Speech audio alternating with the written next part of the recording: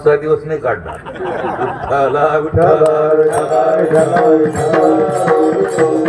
काय ते नका पोवा. जर त्याला निमित्त लागतं, इथं बऱ्याच वर्षाचे परिश्रम घेत असणारे डॉक्टर आमचे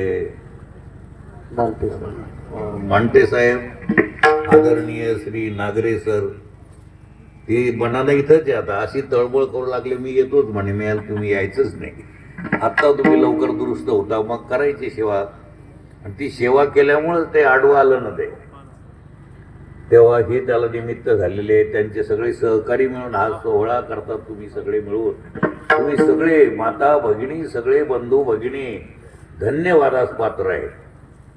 तुम्हीच धन्य नाही तर धन्य माता पिता. धन्य माता पिता